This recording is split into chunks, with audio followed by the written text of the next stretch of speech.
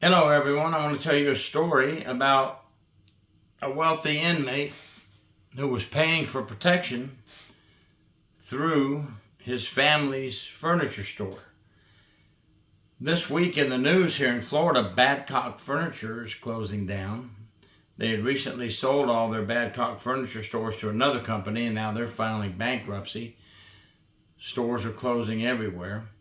And I thought I'd tell you about my investigation involving one of the board members and president on the Badcock Furniture Company. He is James Barber, the great-grandson of Henry Badcock, who in 1904 opened the first Badcock furniture store right here in Central Florida, down the road from me in Mulberry. And then it grew into a huge corporation. Well, James Barber was from West Palm Beach, Florida area, and his family was not only owning many of the stores, but running many of the Badcock stores, and he himself was a board member and one of the presidents of Badcock Furniture. Well, he was convicted of DUI manslaughter and serving a 10-year prison sentence here in Florida.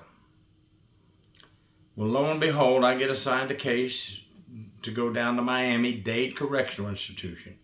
An inmate informant had information of James Barber giving furniture to officers for protection, being extorted by inmates and doing things for them for survival. I mean, let's face it, anytime a wealthy person goes to prison and they're put in open population, especially down at Dade Correctional, Miami, Florida, it's survival, street survival in prison. So, what he did, I'll tell you what he told me, how he hired a couple of inmates to protect him and also worked with some officers that were corrupt to get protection from them. After interviewing the inmate informant, I couldn't just say, okay, everything's true and run with it and run over to Barber and interview him. I couldn't interview the officers. So I decided to go to the nearest Badcock furniture store to Dade Correctional Institution in Florida and see what luck I could have talking to them. And I talked to the store manager and told him that I need any records from any officers from the prison getting furniture. Well, I could tell from the look on his face that he knew something. And I said, oh, are you familiar with James Barber? Well, of course I am, he said. Has he sent any business your way from the prison? Yes, he has. But before I talk to you, I've got to call his sisters and find out if I can talk to you. I said, well, listen, we're not investigating Badcock Furniture. We just want your cooperation. If you've been told to give officers furniture, that's your orders. You're not in trouble. Anyway, he made a phone call to the sisters who are also high up in the executive board there with Badcock, and they said give him what he needs. And he explained to me that 2 officers came in, and he had instructions from inmate James Barber to give these correctional officers 75% off on all the furniture they needed and free delivery. But they will have to pay for 25% of it. He has to show that they paid something. And an easy payment plan. Well, he showed me the files. Lo and behold, they did everything legitimate as far as the sale. You know, just a huge 75% off, which is accepting unauthorized compensation, misuse of official position, misconduct, all kinds of things that these officers were going to be in trouble for. So They had copies of their driver's license in the file. They had their signatures on the order, and their home addresses where the furniture was delivered. Badcock in no way, shape, or form was in any kind of trouble as far as the furniture store or anyone involved with the furniture store. Of course, I took copies. I asked him to please give me the originals, would you, and let me, and you keep copies, please. So, we already know that we've got some officers accepting unauthorized compensation. The informant alleged that the officers, in exchange, were also bringing in alcohol for Babber and drugs, but not for Babber's use, for the inmates who he was paying to protect him. I interviewed James Babber, and he came clean on everything.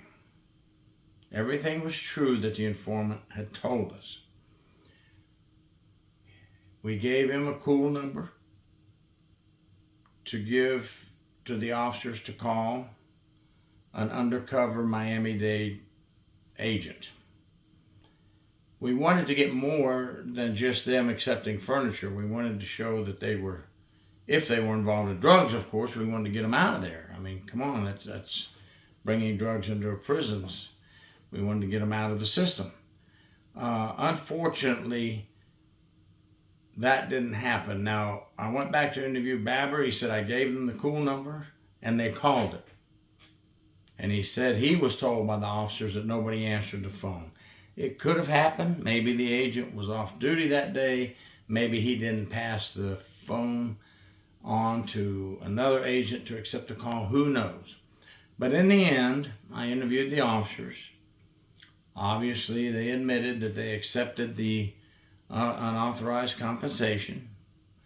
They were terminated from their jobs. I sent the paperwork to the state attorney down in Miami-Dade, and they got probation for accepting unauthorized, they pled to probation, unauthorized compensation. James Babber had to be moved, obviously, for his safety. A lot of people say, oh, you're moving him to a nicer place closer to his family. Hey, you did a favor for him. Well, maybe it was a favor, but he told the truth. And number two, I can't leave him at Dade Correctional. A lot of people don't understand. If I left him there and he got killed or injured badly for telling us the truth, that could come back on the Inspector General's office and come back on me. I moved him to one of our private prisons. He was in a state prison. I moved him to South Bay Correctional Institution, and that's where he stayed to finish out his sentence. And we never heard of another issue from James Babber again. I'm not knocking him. Rich guy from a fancy home, from a gold spoon to prison. He was trying to survive his prison sentence. But anyway, long story short, these officers crossed the line. The inmates that were involved with Babber were transferred far away from Miami, which was their hometown area and had a lot of connections. So I just moved them far away up north.